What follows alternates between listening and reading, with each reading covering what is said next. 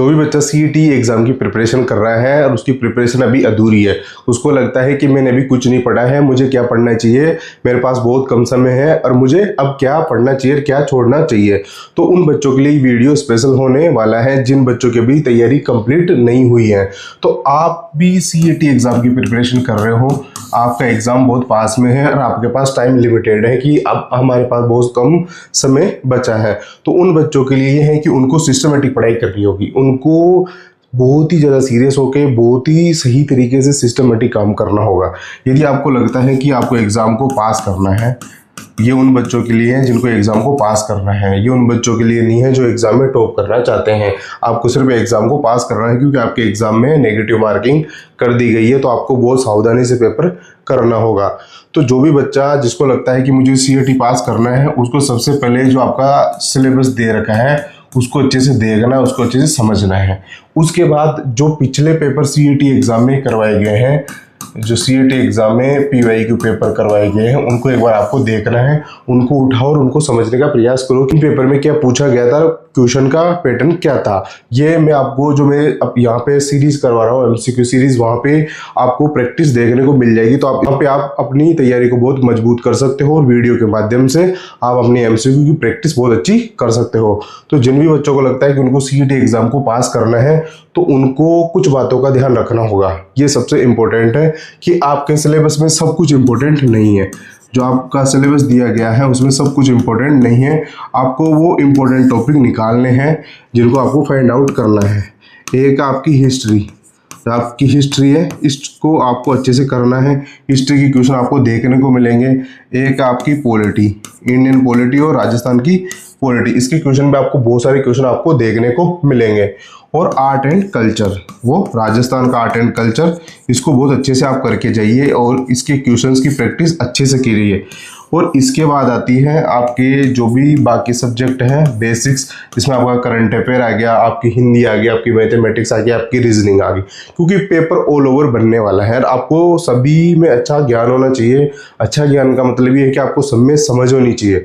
Paper इतना hard and fast नहीं आने वाला है, आपका पेपर इजी भी आ सकता है और टफ भी आ सकता है। आपको दोनों तरह से तैयारी करनी होगी। जो भी बच्चा जिसको लगता है कि मुझे तो सीईटी एग्जाम को पास करना है और इसको पास करना आपके लिए बहुत ज़्यादा इंपॉर्टेंट हो चुका है, तो इसको पास करने के लिए आपको सबसे इम्पोर्टेंट चीज़ ये है कि आपके जो कोर सब्जेक्ट हैं, आपके जो कोर सब्जेक्ट है जैसे कि आपकी हिस्ट्री है और आपकी पॉलिटी है, जैसे राजस्थान पॉलिटी पे सबसे ज़्यादा फोकस होना है। आपका आर्ट एंड कल्चर है, यहाँ से क्या है फिक्स क्वेश्चन आने वाले हैं। आपकी रीजनिंग है, रीजनिंग से भी फिक्स क्वेश्चन आने वाले हैं। मैथमेटिक्स है, आपकी मैथ्स है, यहाँ से भी क्वेश्चन आने वाले हैं। आपका जो कंप्यूटर है, यहाँ से आपका करंट अफेयर, यहाँ से क्वेश्चन आपको देखने को मिलने वाले हैं। तो करंट अफेयर की मैंने जो मैगजीन निकाली उसको आप पढ़ सकते हो और अपनी तैयारी को मजबूत बना सकते हो। तो इन टॉपिकों को आपको क्या है यहाँ पे 100% काम करना है। इनको आपको स्किप नहीं करना है कि इन टॉपिकों को मैं नहीं पढ़ूँ, इसको मैं छोड़ देता हूँ। आप कंप्यूटर में कम पढ़ सकते हो या आप हिस्ट्री, पॉलिटी और आर्ट एंड कल्चर को स्किप नहीं कर सकते, बनने वाले हैं। बाकी सब्जेक्ट में आपको क्या है कि एक अच्छी सी नॉलेज होनी चाहिए जिससे कि आप पेपर सोल्व कर पाओ, क्वेश्चन सोल्व कर पाओ। और अभी आपके पास टाइम लिमिटेड है, अब आपको क्या है करना है, आपको एमसीक्यू क्वेश्चंस की प्रैक्टिस करनी है। तो बच्चा जितने ज़्यादा एमसीक्यू क्वेश्चंस की प्रैक्टिस करेगा उसका ही एग्जाम ये निकलने वाला है। लेकिन जो बच्चा पढ़ रहा है लेकिन वो एमसीक्यू क्वेश्चंस की प्रैक्टिस नहीं कर रहा है, जिसको लगता है कि मुझे एमसीक्यू क्वेश्चन की प्रैक्टिस करने की क्या जरूरत है, मुझे तो सब कुछ आता है, मुझे तो सब कुछ याद है, तो वो उसकी सबसे बड़ी गलती होने वाली है इस एग्जाम में। आपको लगता है कि आपकी तैयारी होगी तो आप एमसीक्यू क्वेश्चंस को प्रैक्टिस कीजिए। अब आपके पास टाइम लिमिटेड है, आप जितने ज़्यादा एमसीक्यू क्वेश्चन सोल्व करोगे आपका पास होने के चांस यहाँ पे इंक्रीज होते जाएंगे। इस बात का आपको ध्यान रखना है और इस पेपर को आपको क्वालिफाई करना ही होगा, वरना आगे आपके रास्ते सारे बंद हो जाएंगे। तो ये आपके लिए इम्पोर्टेंट है, इस सीईटी एग्जाम को आपको क्वालिफाई करना है। तो जो भी बच्चे जिनको लगता है कि अब तो हमारे पास कुछ नहीं है, हमने तो पढ़ाई नहीं की और हमारे पास बहुत कम समय बचा है, तो उनको जो ये कोर सब्जेक्ट है इन पे 100% फोकस रखना है। और एक जो मैं आपको सबसे बेस्ट चीज़ बताने जा रहा हूँ वो है आपके अब तक जो सीईटी के एग्जाम के जो भी पेपर हो चुके हैं, सीईटी एग्जाम में जो भी पेपर हो चुके हैं, पीवाईक्यू पेपर बोलते हैं, इनको आपको क्या करना है, रीड करना है, इनको सोल्व करना है, इनको अपनी प्रैक्टिस में लाना है।